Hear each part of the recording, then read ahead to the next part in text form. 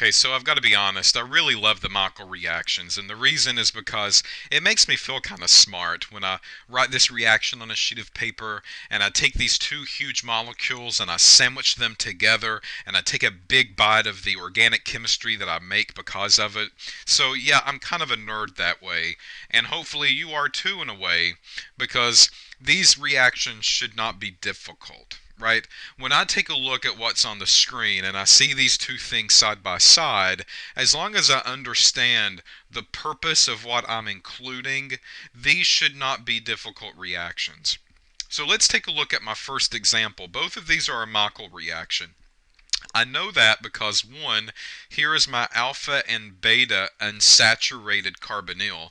This is my carbonyl group with a double single double bond.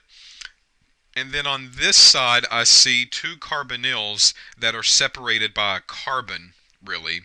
So, in other words, a pi electron network here and a pi electron network there, and that's separated by a carbon that has some hydrogens on it. And I've thrown in a base.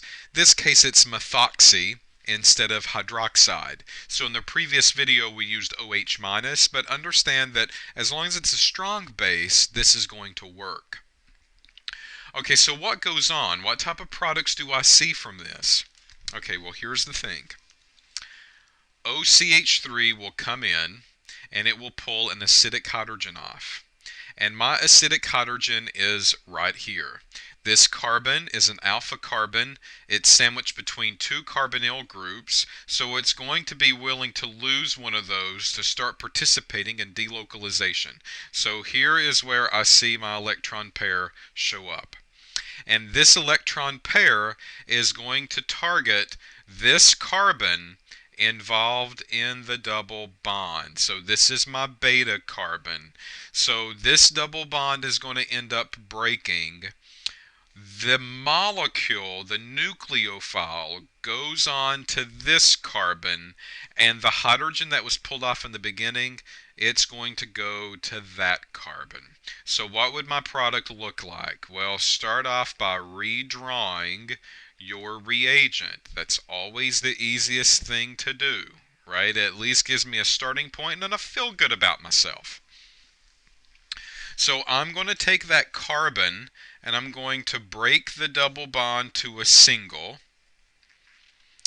And now this entire molecule here is going to attach at that location. So the site of attachment is where I removed my proton. So CH goes here. On one side of that CH, I have a carbon double bond O and then OCH3.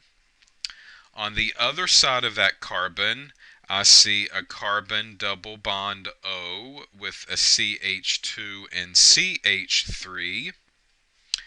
We already said that this, what was a double bond, is now a single bond, and I need to satisfy a hydrogen by putting an H there.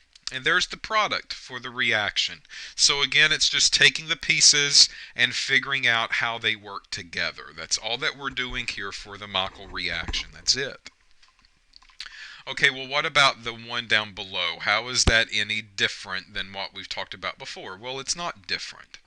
So again, I'll start off by just drawing my starting reagent. CH3, CH2, CH double bond, CH, C double bond O, and OCH3. Okay, well, this base is going to look for an acidic proton, something acid, something positive that it can pull off. Well, if I look at this molecule, there's not a C double bond O. There's not two of those groups, but there is a C triple bond N. So this carbon is still sandwiched between two pi electron networks, right? I see a carbon involved in a double bond to the left, and then I see a carbon involved this time in a triple bond with the nitrogen. Well, the rules always stay the same. If I can pull a hydrogen off of that carbon that's sandwiched in the middle there, this gives me some free pairs of electrons here. Well, these pairs of electrons now can participate in delocalization with my C double bond O, and it can participate in delocalization with C triple bond N. So just because there wasn't two carbonyls here, don't let that throw you off, because a nitrile can do the same thing as a carbonyl does as far as delocalization goes. Okay, so this will serve as the site of attachment for this molecule. So when this molecule is attacked, it's going to look at this double bond here, and it's going to break that double bond. And this opens up a site of attachment here, and that's where my CH is going to come in. On one side of the CH is a C triple bond N. On the other side of the CH is a C double bond O with a CH3. And then this carbon, I can't forget about it, right? There's only two bonds. There was a double bond. I broke it.